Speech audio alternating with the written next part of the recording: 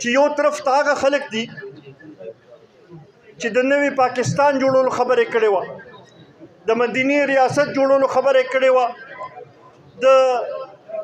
دلته کې یو نوی نظام راوستلو خبرې کړې وه. د صوبایي حکومت ته وایو چې تاسو په خپل خرچو کې کمې راولئ، تاسو نور بوج چې دی په دې قوم باندې ما چوئ، ځکه چې دې قوم ډېره قرباني ورکړه. د پارټۍ مشرانو، عزتمندو، السلام علیکم. زه ټولو کې اول خو ستاسو ټولو ډېر زیات مشکور یم چې ډېر په لنډ تنګ وخت کې او ډېر په شارټ نوټس باندې تاسو ټول دلته کې په ګڼ تعداد کې رالی، په دې جلسه کې شریک شوئ او دا کم طریقې سره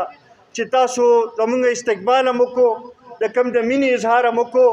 په دې باندې ستاسو ډېر زیات مشکور یم. ستاسو دا کم عزت چې موږ له راکړو دا به همیشه همیشه یاد ساتو او انشاءالله ستاسو د خدمت لپاره به هر وخت حاضر یو. دې نه مخکې عزتمندو چې زه نورې خبرې شروع کړم، دا بله ورځ چې کومه واقعه په باجوړ کې شوې ده د هغې زما خیال څومره مذمت وکړی شي نو هغه کم دی. په کم طریقې سره چې په د یو سیاسي پارټۍ په پروګرام کې داسې دغه خلک چې کم د هغوی هېڅ قسمه قصور نو د هغوی نښه جوړ کړی شو او د هغوی کم طریقې سره چې شهید کړی شو، نو دې باندې زما خیال د هر یو کس زړه دردېدلی دی او موږ همدا تپوس هم کوو، دا اواز هم اوچتوو چې دا د پښتنو وینه ولې تویېږي لګیا ده. نن د دې شي ضرورت دی چې مرکزي حکومت او صوبایي حکومت دواړه دې طرف ته توجه ورکړي، ځکه چې دا د حکومت ذمہواري ده چې هغوی امن قایم کړي، زموږ خلکو له تحفظ ورکړي. دا د حکومت ذمہوارۍ کې راځي. دا داسې خبره نه ده چې موږ د هغوی نه خپل حق غواړو یا څه دغه غواړو. دا آئین پاکستان موږ له دا حق راکړی دی او موږ دا مطالبه کوو چې که هغه مرکزي حکومت دی او که هغه صوبایي حکومت دی، هغوی دا فرض جوړیږي چې پښتنو له تحفظ ورکړي، د پښتنو وینې له تحفظ ورکړي. زمونږ خاورې باندې چې دا کم اور لګېدلی دی دا مړکول د دې حکومت ذمہواري ده. دې طرف ته توجه ورکولو ضرورت دی او که دوی دې طرف ته توجه ورنه کړی شوه نو مجبوراً بیا به موږ دې ته مجبورېږو چې موږ به بیا روزو به او په خپله به د امن بیا قایمولو کوشش به کوو. عزتمندو، په دې موقع باندې نن دلته کې یاغیبن کې دا روډ باندې کار شروع شو. دا که ستاسو یاد وي نو دا 2017 کې موږ منظور کړو. بدقسمتۍ نه 2017 کې چې دا کله منظور شو زموږ حکومت لاړ، د هغې نه پس ته سلیکټډ حکمرانان رالل، سلیکټډ اسمبلي راله، خو د هغوی نه صرف دا و چې سلیکټډ ایم پی ایګان وو او سلیکټډ ایم این ایګان وو، خو د هغې نقصان چې دی هغه د ټول قوم ته هم راورسېد. تاسو په خپله په دې باندې وګورئ چې 15 کاله دومره توفیق هم هغوی ته ونه شو چې کوم منظور منصوبه وه چې په کار چې هغه سر ته رسولې وي چې د خلکو په تکلیفاتو کې کمی راغلی وي. نن د هغې نقصان دا دی چې د 2017 ته وګورئ او دا د نن 2023 کې ګراني کم ځای ته ورسېده. هغه یو شی چې کم هغه وخت کې په کروڑ روپۍ کېدو اوس هغه د هغې نه ډېر زیات په تعداد کې کېږي. ما نه مخکې تجمل خان خبره وکړه او هغه یو مطالبه وکړو، ډېره جایز خبره وکړه، ډېر جایز مطالبه وکړه، خو تجمل خان بدقسمتۍ نه موږ سره دې وخت کې اختیار نشته. دا خو موږ هغه خپل هغه زوړ کم کار چې هغه چې کم دې نورو حکمرانانو ته دا توفیق نو شوي چې هغه سر ته رسولی وي مونږ هغه شی چې دی هغې پسې کوشش هم وکړو هلې ځلې وکړې او هغه زوړ هغه منصوبه چې ده هغه هم بیا را جمدی کړه په دې دغه سره چې دې کې کم از کم څه نه څه خلکو ته دغه ورسي فایده ورسي او د هغوی مشکلات حل شي دا هغه وخت سره 3 کروڑ روپۍ د دې منصوبې لپاره دغه شوي وي هغه وخت سره په دا ټول روډ کېدو تر د اریانې پورې دا روډ دغه کېدو اوس دې وخت سره زه نیم پوهې چې څومره به په دې باندې دغه وکړی شي کوشش به دا کوو چې دا دې څومره زیات ځای پورې چې تللی شي هغې پورې دې دغه شي کنی نو تجمل خان ستا اسم ما ته ډېر ګران او ستا دغه چې دی ستا ته چې کومه وینا وکړې هغه موږ لپاره ډېر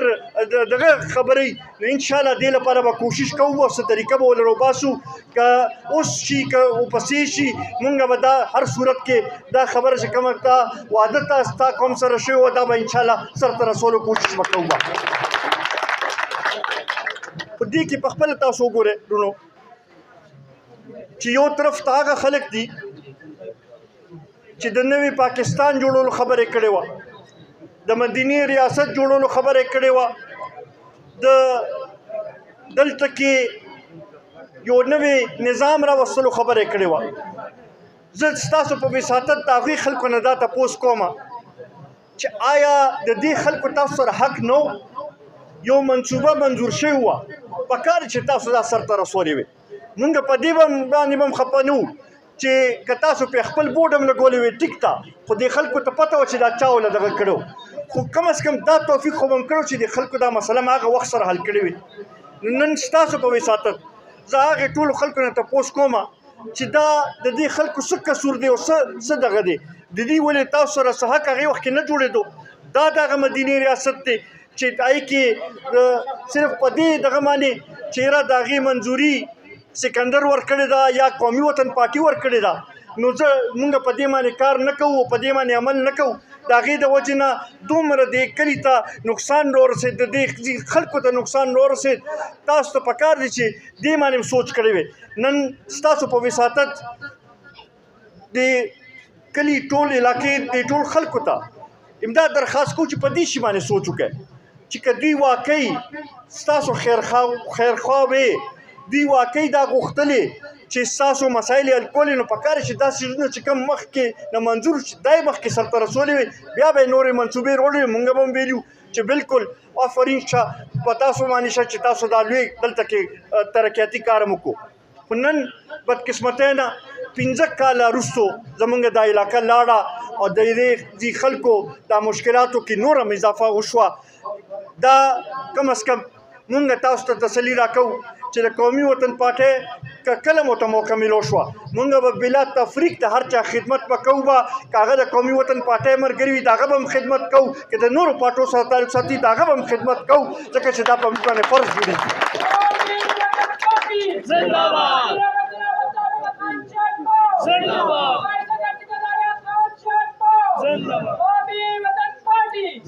په دې موقع باندې یو دوه نور اهم مسلې یو خو نن بیا د پټرول او د ډیزل په قیمت کې اضافه شوې ده مونږ دا ګڼو چې ګراني چې ده دا د هر چا د وسه بار ورته ده دې وخت سره او خصوصا زه به دا ووایم چې بیا زمونږ د صوبې لپاره دا ځکه زیاته دغه ده چې زمونږ صوبه ډېره پسمانده صوبه ده زمونږ خلک چې دي د هغوی سره هغه شانتې ډېر د روزګار ذرایع نشته زمونږ خلک چې دي هغوی لږه ډېره دغه زمینداري کوي او لږ ډېر د هغوی لږ ډېر وسایل دي او هغې کې اوس د خپل دو وخته روټۍ د خپل بچو له را پیدا کول بالکل ګران شوې ده مونږ دا مرکزي حکومت ته هم وایو دا مونږ د صوبایي حکومت ته هم وایو چې تاسو په خپل خرچو کې کمی راولئ تاسو نور بوج چې دی په دې قوم باندې ما چوئ ځکه چې دې قوم ډېره قرباني ورکړه دوی نور قرباني نور نشي ورکولی دا نور بوجونه چې دي دا تاسو د خپل خرچو د هغه د افسرشاهۍ خرچو چې دی په هغې باندې ورکړئ هغې کې که دغه راولئ نو پاغي